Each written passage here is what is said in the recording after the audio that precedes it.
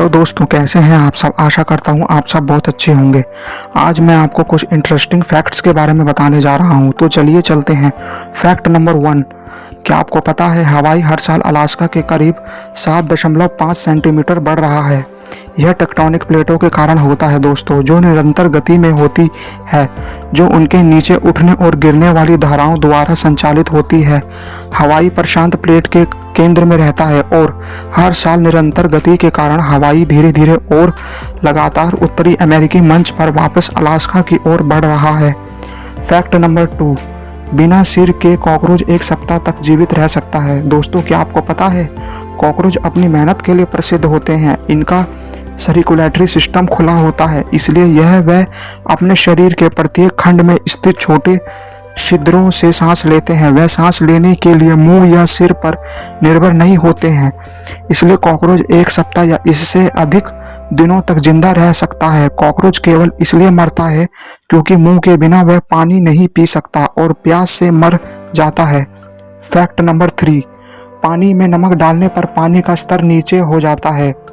विज्ञान के अनुसार जब 1 गिलास पानी में मुट्ठी भर नमक डाला जाता है तो गिलास में पानी का आयतन 2% तक कम हो जाता है। इसका कारण यह है कि जब पानी में नमक मिलाया जाता है तो पानी के विलायक अणु विखंडित आयन के आसपास के क्षेत्र में अधिक सुव्यवस्थित हो जाते हैं। फैक्ट नंबर 4, पानी के संपर्क में आने पर कुछ धातुओं में विस्फोट होता है। क्या आपको पता है दोस्तों, पानी के संपर्क में आने पर कुछ धातुओं में विस्फोट क्यों होता है। यह एक सच्चाई है दोस्तों कि जब कुछ धातुएं हवा के संपर्क में आती है तो तुरंत ही ऑक्सीडाइज्ड हो जाती हैं, क्योंकि यह धातुएं अत्यधिक क्रियाशील होती है। इन धातुओं में सोडियम, पोटेशियम, लिथियम, रुबिडियम और सीजियम प्रमुख है और इन धातुओं को जब पानी में डाला जाता है तो विस्फोट होता है। हम जानते हैं कि यह सभी क्षार धातुएं हैं। इनकी बाहरी कक्षा में केवल एक इलेक्ट्रॉन होता है, जिसके कारण वह आसानी से इस इलेक्ट्रॉन का त्याग कर अन्य धातुओं के साथ बंधन बना लेते हैं। इसलिए यह धातुएं प्राकृतिक में स्वतंत्र रूप से अस्तित्व में नहीं होती है। फैक्ट नंबर 5, क्या आपको पता है कि डीएनए एक अग्निरोधी भी है।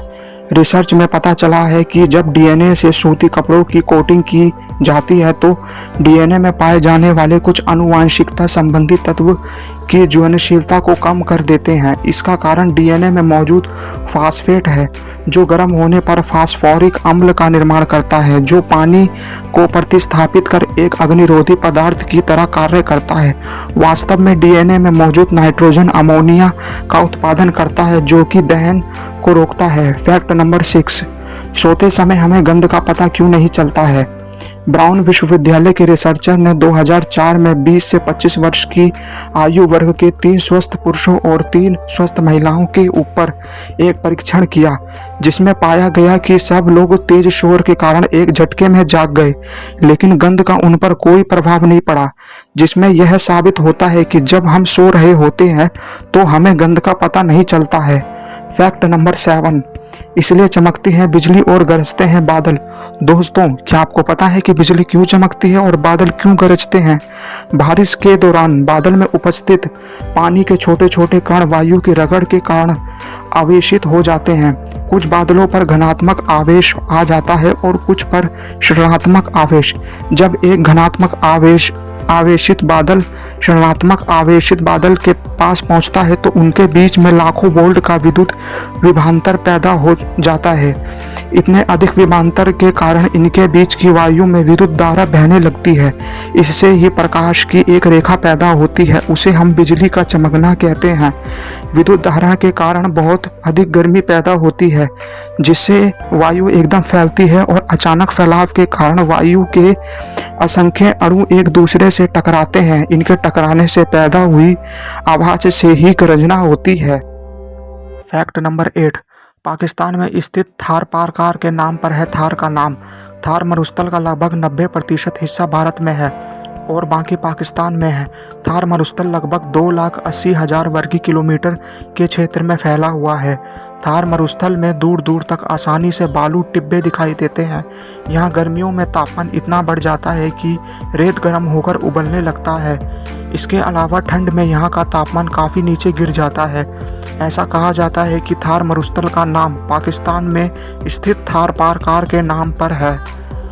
फैक्ट नंबर 9, बेहद कम पाई जाती है आबादी। थार मरुस्थल में ज़्यादा गर्मी होने के कारण वहाँ आबादी बहुत कम है और यहाँ मीलों की दूरी पर गांव है। यहाँ की खास बात यह है कि यहाँ रहने वाले लोग अधिकतर पशुपालन का काम करते हैं। यहाँ ऊँट ज़्यादा देखने को मिलते हैं, लेकिन थार मरुस्थल में गाय, भेड़ और बकरी जैसे जानवर भी आम पशुओं में से एक हैं। थार मरुस्थल में रहने वाले लोगों को पानी भी काफ़ी दूर से ले जाना पड़ता है। फैक्ट नंबर 10, अगर सोलर पैनल लगाया जाए तो पूरे भारत में आ सकती है बिजली। प्राचीन समय में थार रेगिस्तान भी एक उपजाऊ भूमि थी, लेकिन परंतु समय के साथ और पानी की कमी होने की वजह से यह भूमि का थार मरुस्थल में बदल गई थी। एक शोध के मुताबिक अगर पूरे थार रेगिस्तान को सोलर पैनलों की चादर से ढक दिया जाए तो पूरे भारत की बिजली की आपूर्ति एक साथ की जा सकती है। फैक्ट नंबर 11, थार मरुस्थल का बढ़ रहा है फैलाव। दोस्तों, क्या आपको पता है थार मरुस्थल का फैलाव बढ़ रहा है? क्या आप जानते हैं कि वैज्ञानिकों के अनुसार थार रेगिस्तान हर साल उत्तर पूर्व की ओर फैलता जा रहा है। यही कारण है कि थार रेगिस्तान अब हरियाणा तक फैलने लगा है।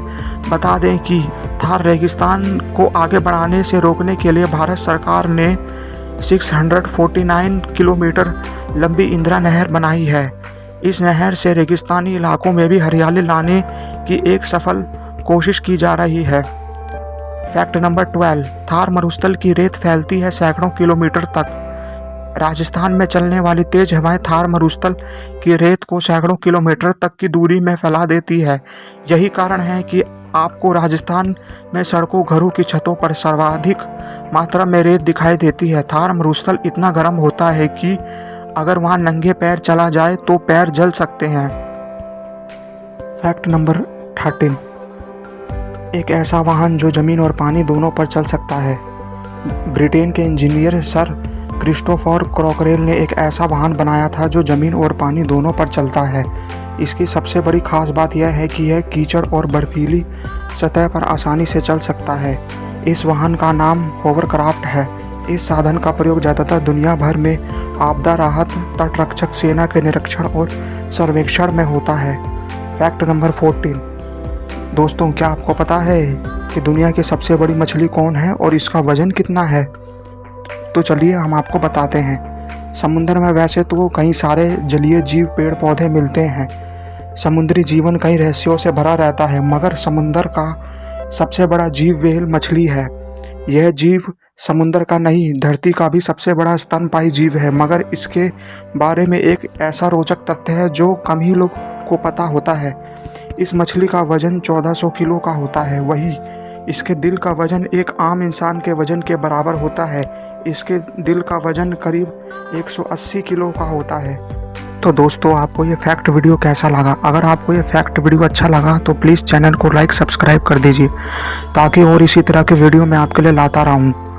Thanks for watching.